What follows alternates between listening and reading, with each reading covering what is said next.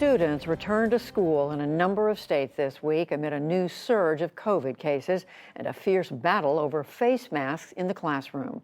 Republican governors in states like Arizona and Texas have tried to stop school districts from mandating masks.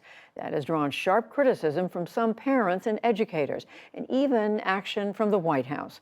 John Yang reports from Florida, the epicenter of this debate. It's the first week of school for Luca Moreno Ramos, a first grader in Broward County, Florida. Our heroes are about to find out. After the better part of a year spent learning virtually away from friends and teachers, he's eager to get back in the classroom. Luca's dad, John, makes sure he has a new back-to-school necessity, a face mask. The Broward County School District, with more than 260,000 students, the nation's sixth largest, began the school year with a requirement that all students and teachers wear a mask indoors unless they have a doctor's note.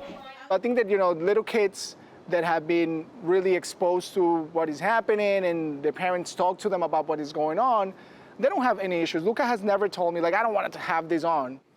Across town, Kelly Doyle's 14-year-old son, Ben, was nervous the morning of his first day of high school. And he said wearing a mask didn't help. I think it's just annoying, honestly.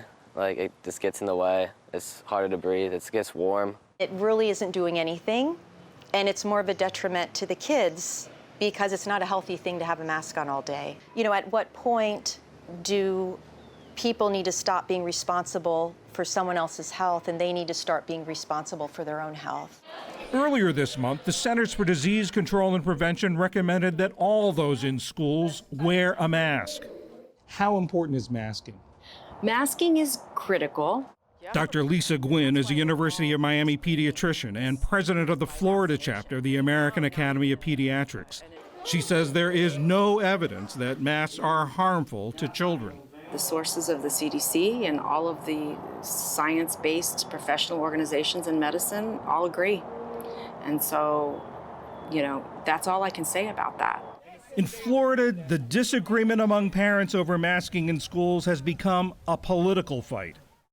Days after the Broward County School Board imposed the mask mandate last month, Republican Governor Ron DeSantis issued an executive order effectively banning local school districts from requiring masks. He said it was a matter of parental freedom of choice. What right do you have to deny my child an education because of a mask? My daughter's life depends on each and every one of you. But last week, after hours of impassioned testimony from both sides, the board voted to keep the mandate. Board Chair Rosalind Osgood. We believe strongly that it's not about defying the governor. It's a moral decision that says we value the life of people no matter what. We do whatever it is we need to do to protect them. Now, the Broward County School District is being threatened with penalties for its mask mandate. The State Board of Education says it may withhold the amount of money the district spends on the salaries of the superintendent and the members of the school board. I'm willing personally to give up my salary if I have to for that year, because I'll be able to sleep at night knowing that I did everything I could to protect a child or staff person in a school. This week, Florida's largest district, Miami-Dade, said it too would require all students and teachers to be masked when classes start on Monday. If it saves one life, 10 hospitalizations, isn't that the least that we can do? And in Hillsborough County, which includes Tampa, officials imposed a 30-day mask mandate after more than 1,000 students tested positive for COVID in the first week of school. Since the start of July, COVID cases have been surging across Florida, including, notably, among children. Crackers, do you get crackers? Oh, no. For parents like Jenna Haig, a school mask mandate isn't the answer. The day before classes began, Haig took her 10-year-old daughter Addison to a Meet the Teacher open house. She's not wearing a mask. Well, then she's not going to come to school. That's fine. They were turned away after refusing to put on masks. In my eyes, for me, it's not time for my child to wear one for 8 hours a day. It's just too long. Addison said wearing a mask in classes last school year gave her headaches. I hated it. It always made me sweaty because it was on my face all day and you couldn't take it off. So Addison wasn't in school when classes began. Now Haig, who's running for the Florida legislature, has applied for a state school voucher program Governor DeSantis is using for students who don't want to comply with any local district's mask mandate. I'm not saying that if somebody else chooses to send their child with a mask, that shouldn't be allowed. It should. That's their choice. That's their prerogative, as it is mine to make that decision for my child. And, it's not the school board that gets to make that decision.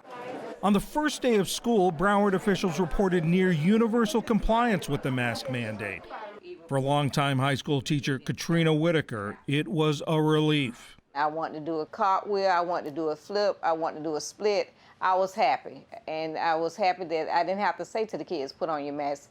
They were walking around with their mask on. It's just great to know that they care enough to put on their mask. And this is Janice. Whitaker, who lost a close colleague to COVID last week, said teachers have been forgotten in this debate. I don't think that they value what the teachers want. We have not been asked what we want, how we feel about it. For now, John Moreno Escobar is sending his son Luca to school with a sense of relief.